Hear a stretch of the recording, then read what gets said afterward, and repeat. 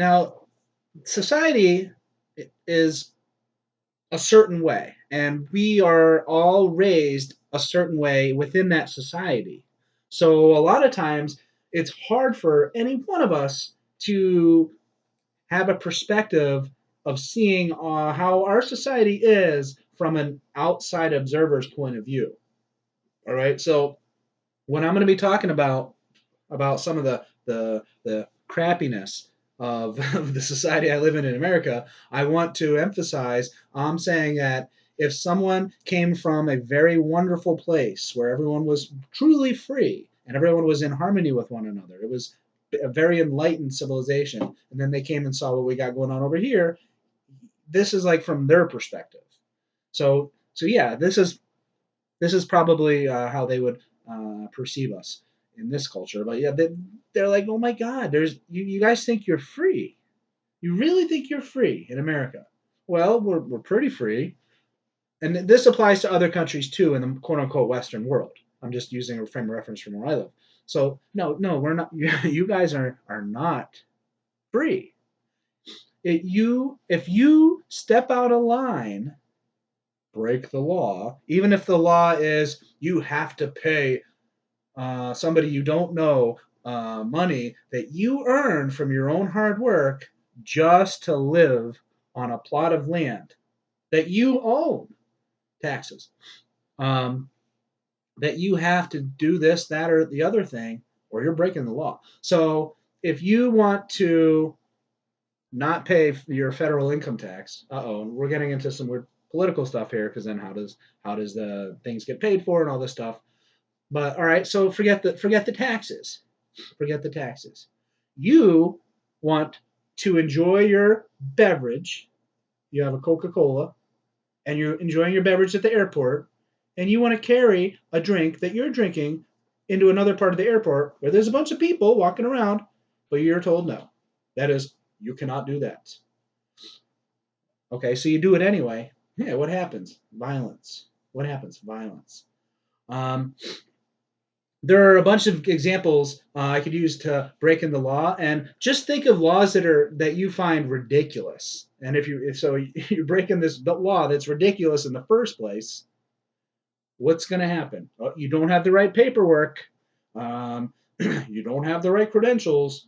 You get pulled over. You don't got this. I don't got a piece of paper. It's my car. I got pulled over though. I don't have a piece of paper for your registration, insurance, and stuff. There's all these examples of where you have to do what the society tells you have to do, or else you're breaking the law.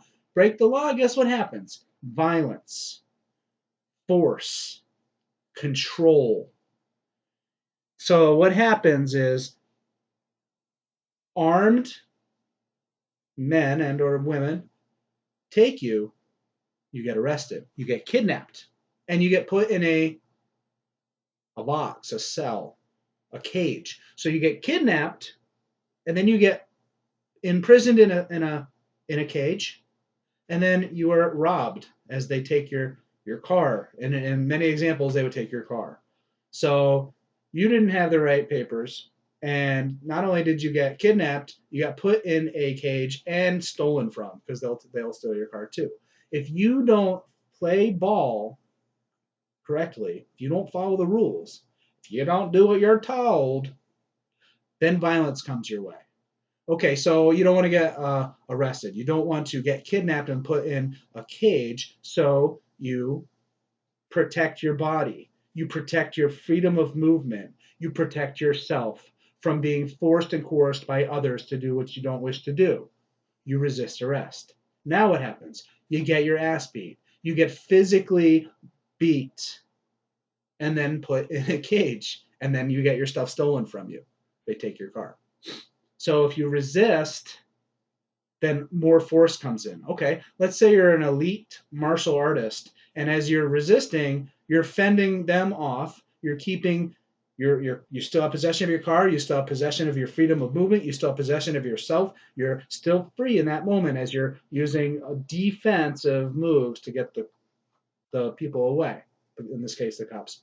So John, you're inciting resistance to police resistance, and you're inciting violence. I'm just using an example of what really happens It's a hypothetical scenario. I'm not asking anyone to do anything. This is just an example showing one of the issues with society that maybe we're so used to it we don't think of it as an issue.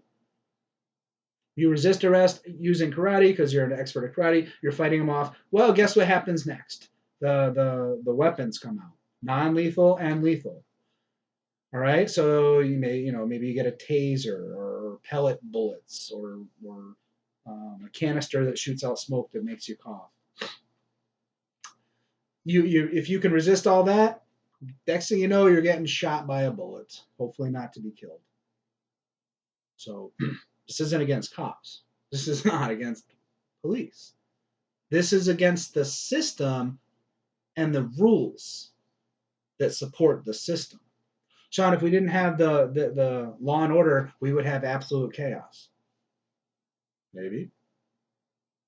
That's a very complex, multifaceted situation to discuss. All right, chaos, anarchy. No. We're just talking about society that is structured right now. So yes, they use violence, force, physical force, and violence to control you. You are being controlled, and if you step out of line, like I said, violence comes your way. So it's kind of shitty. We shouldn't have this level of violence and control. But anyway, just food for thought.